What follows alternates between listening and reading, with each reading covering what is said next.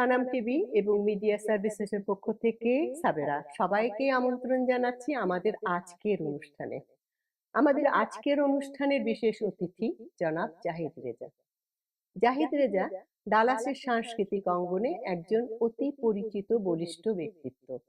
ডালাসের বিভিন্ন সাংস্কৃতিক কর্মকাণ্ডের সঙ্গে উনি বহু বছর ধরে জড়িত। উনি ডালাসের বিভিন্ন মঞ্চনাটক এবং ডালাস নির্মিত বেশ কয়েকটি টেলি নাটকে অভিনয় করেছেন। বাংলাদেশ থাকাকালীন 70 এবং 80-র দশকে নাট্যচক্র নামে একটি গ্রুপ থিয়েটারের সাথে জড়িত ছিলেন এবং মঞ্চে নিয়মিতভাবে অভিনয় করেছেন। সম্প্রতি তিনি বাংলাদেশে একটি পূর্ণ দৈর্ঘ্য বাংলা ছায়াছবি প্রযোজনা করেছেন। ছবিটি বাংলাদেশে এবং প্রবাসে মুক্তির অপেক্ষায় আছে। ডালাসে অনুষ্ঠিত উত্তর আমেরিকার সাহিত্য ও সাংস্কৃতিক সম্মেলন এবং বাংলা চলচ্চিত্র উৎসব আয়োজনে তিনি ওতপ্রোতভাবে জড়িত।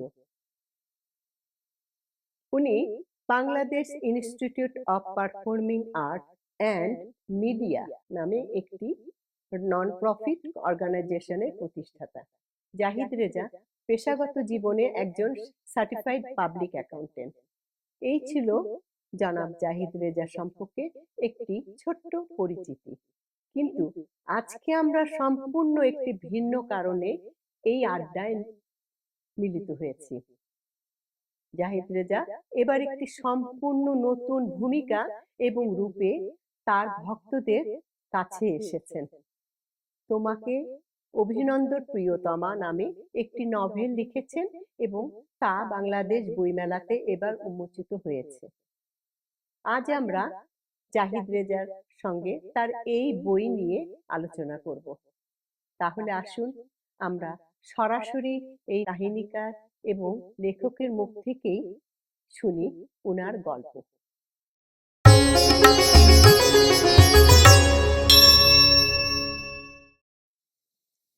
জনাব জাহিদ রেজা, আজকে আমাদের স্টুডিওতে আসবার জন্য আপনাকে অশেষ ধন্যবাদ।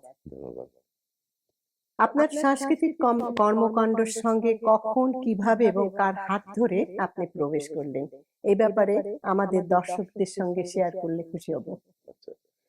আসলে আমি কারো হাত ধরে ঢুকিনি, আমার নিজের প্রচেষ্টায় সবকিছু হয়েছে। আমি বলবো, আমি যদি আমার একদম ছোটবেলার কথা বলি, কিশোর জীবনের কথা বলি, যখন স্কুলে ঢুকেছি তখনই সঙ্গীত এবং সাহিত্য এবং বিশেষ করে নাটক নিয়ে খুব মাতামাতি করেছিলাম। তখন আমাদের ক্লাসে একটা ছেলে ছিল, তার নাম হচ্ছে রুদ্র মোহাম্মদ শহীদুল্লাহ, আমার ক্লাসমেট ছিল। তো ও নাটক লিখতো এবং ওই পরিচালনা করতো এবং আমরা সবাই নাটক করতাম স্কুলে।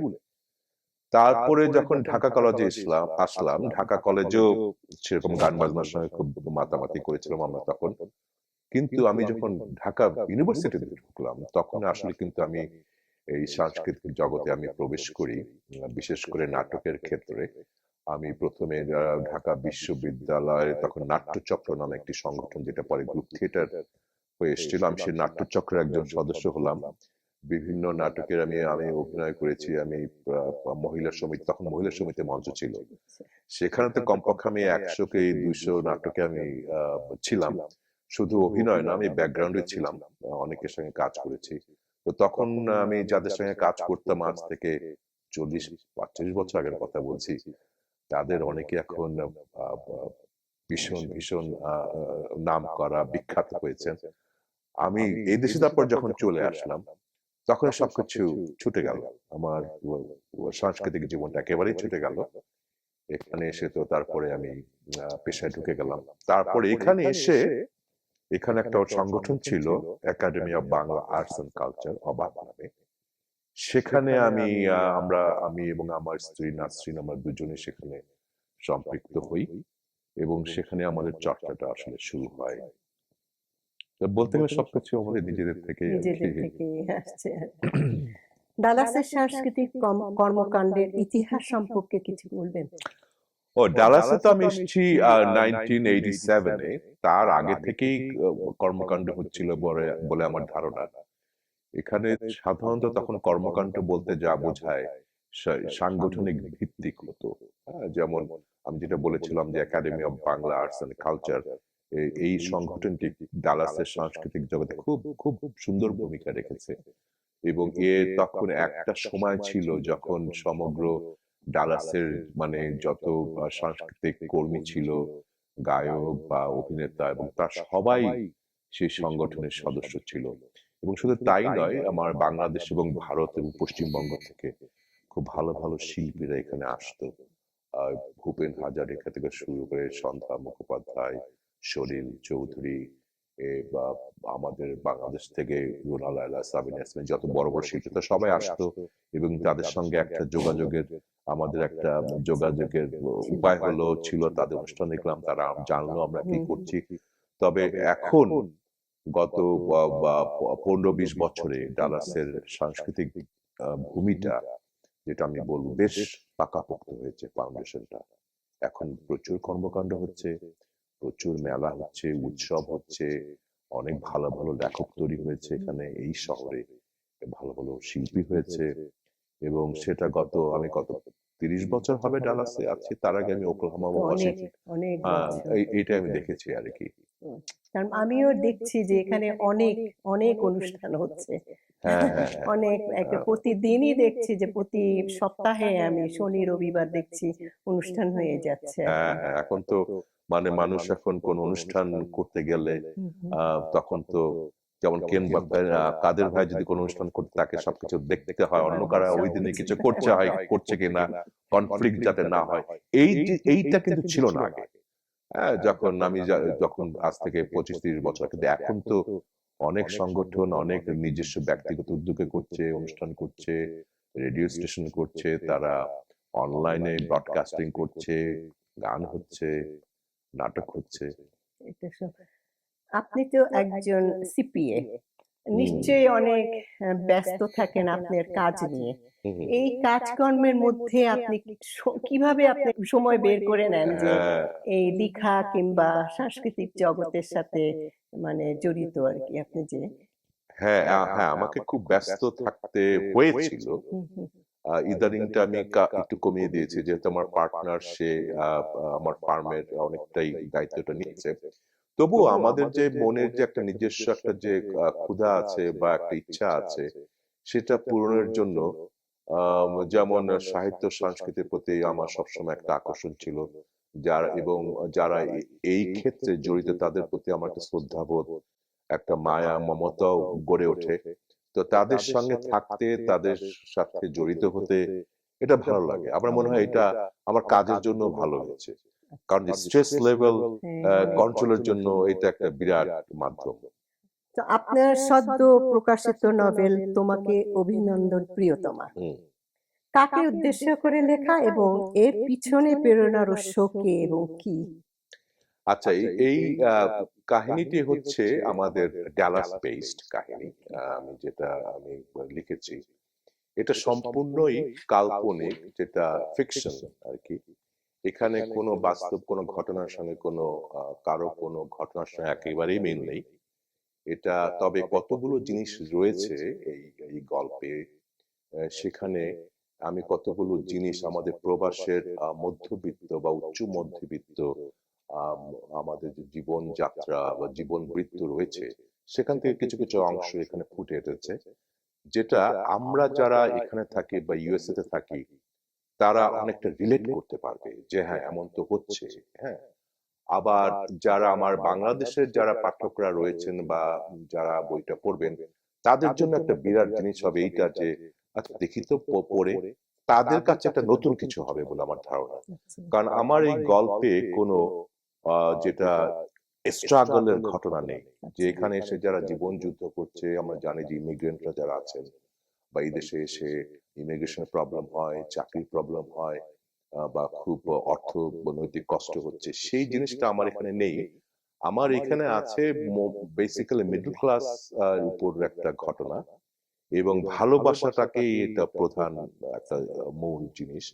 আমার গল্পের নায়ক সে বাংলাদেশ থেকে আসে, একটা ছেলে আইটিতে চাকরি নিয়ে এখানে এসে দেখে যে তার ভিসা সংক্রান্ত অনেক প্রবলেম হয়েছে, কিন্তু সেটা খুব সাময়িক একটা প্রবলেম ছিল। তারপর সে এখানে একটা পরিবারের সঙ্গে তার আহ, আহ, ই হয়, আহ, পরিচিত হয়। তারপর সে তার ফিল্ড চেঞ্জ করে সে একটা জায়গায় চাকরি শুরু করে, সেখান থেকে তার শুরু হয় তার, সে অবলোকন করে এবং তার অভিজ্ঞতার ঝুলিতে সেটা আস্তে আস্তে সঞ্চিত হয় যে এখানকার যে মধ্যবিত্ত জীবনযাত্রা, এবং তাদের মধ্যে ফাইন্যান্সিয়াল ক্রাইসিসটা নেই, কিন্তু তাদের মধ্যে অন্য ক্রাইসিস থাকতে পারে রিলেটিং টু রিলেশনশিপ, সম্পর্ক, ভালোবাসা, কিংবা মাল্টিরেশিয়াল ম্যারেজ, ভালোবাসা, এগুলো নিয়েই আমার কথা। তবে আমার এই গল্পের নামটা তোমাকে অভিনন্দন প্রিয়তমা, এটা এটা কাউকে কোনো উদ্দেশ্য করে কিন্তু এটা করা হয়নি, এটা আমার গল্পের নায়িকাকে করা হয়েছে। সে একটা ইয়াং, এটা সম্পূর্ণ একটা যুবক এবং যুবকদের ঘটনা, লাভ স্টোরি আর কি, ওদের নিয়ে গল্প আর কি। আমরা কি এখন প্রতি বছরই আপনার কাছে আশা করতে পারি যে আবার নতুন আরেকটা বই বের করবেন? হ্যাঁ, আশা করা যায়, কিন্তু যে হবে যে সেটার কোনো নিশ্চয়তা নেই। হ্যাঁ, এটা এটা আমি জাস্ট, যেমন তো আমি আগে লিখতাম, নিয়মিত ভাবেই লিখতাম। আমি আজ থেকে যখন এদেশে আসার আগে 81 এর আগে আমি লিখতাম, বিভিন্ন পত্র পত্রিকা লিখতাম। তারপর তো যেমন পূর্বদেশ, দৈনিক বাংলা, তারপর যত ইয়ে আছে দৈনিক পত্রিকা, সাহিত্য পাতাটা ছিল, ওখানে আমার লেখা ছাপা হতো রীতিমতো। এই দেশে আসার পরেই লেখাটা আমার ছুটে যায়, তো আমার হাতটা নেই ও মন যে তাড়াতাড়ি করে এখন ওই মনের মধ্যে ধারণাটা আসে, আইডিয়াটা আসে, লিখতে গেলেই প্রবলেমটা হয়ে যায়। হ্যাঁ, তো তো ওইটা ম্যানেজ করে লেখা যায় কিনা আরো সেটা দেখবো আর কি। আমার আরেকটা প্রশ্ন আছে, সেটা হলো নিউ জেনারেশনের জন্য। আপনি যে বইটা বের করেছেন, এই বইটা তো বাংলায়, এবং আপনি কি মনে করেন যে এই বইটার একটা ইংলিশ ভার্সন আপনি বের করবেন, যেটা আপনার নিউ জেনারেশন বলতে বোঝাচ্ছি আপনার ছেলে মেয়েরা কিংবা আপনার নাতি নাতনিরা তাদের বুকশেলফে রাখলো আর কি, যে এটা আমার ধরেন নাতি নাতনির কথাই বলছি, যে দাদার বই, এবং ওটা পড়লো আর কি। তো ইংলিশটা বের করবেন আপনি? ইংলিশটা আসলে আমার কতগুলো, আসলে আমি যখন লেখাটা শুরু করি, একটা স্ক্রিপ্ট হিসাবে লেখা শুরু করি আমি, যে ডালাস বেসড একটা নাটক, যেটা একটা নাটক বা একটা ওয়েব সিরিজ বা একটা টেলিফিল্মের মতো করার জন্য স্ক্রিপ্ট করে লিখি, এবং সেটার অধিকাংশ ডায়ালগ ছিল ইংলিশ। তারপর যখন আমার লেখক বন্ধুরা বললো যে তুমি যখন এটা একটা বাংলা বইতে করবা, তোমার এগুলো পরিবর্তন করতে হবে, তুমি ইংলিশে ঠিক এটা হবে না।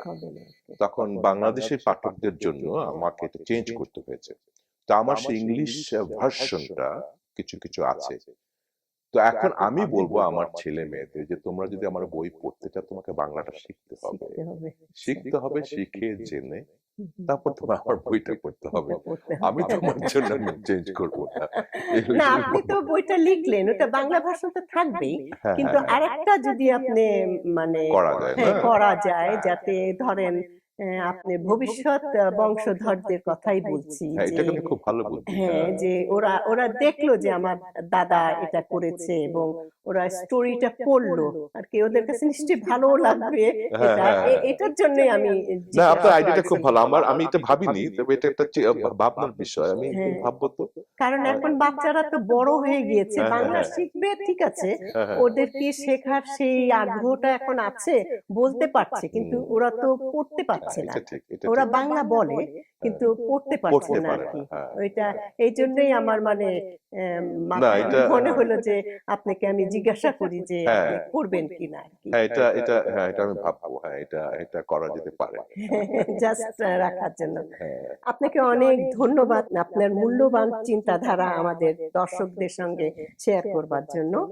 আমরা খুব শিগগিরই আবারও আপনাকে আমাদের স্টুডিওতে আশা করব আপনার ছায়াছবি নিয়ে আলাপ করবার জন্য। ও আচ্ছা, হ্যাঁ, নিশ্চয়ই। প্রিয় দর্শক, এতক্ষণ আপনারা দেখলেন ডালাসের অত্যন্ত জনপ্রিয় এবং প্রিয় ব্যক্তিত্ব জনাব জাহিদ রেজার সঙ্গে সাক্ষাৎকার। আশা করি আপনারা উপভোগ করেছেন। আর এতক্ষণ আমাদের সঙ্গে থাকবার জন্য আপনাদের অশেষ ধন্যবাদ। ভবিষ্যতে আবার আরেকজনকে নিয়ে আমরা উপস্থিত হব আপনাদের সামনে। ভালো থাকুন, সুস্থ থাকুন।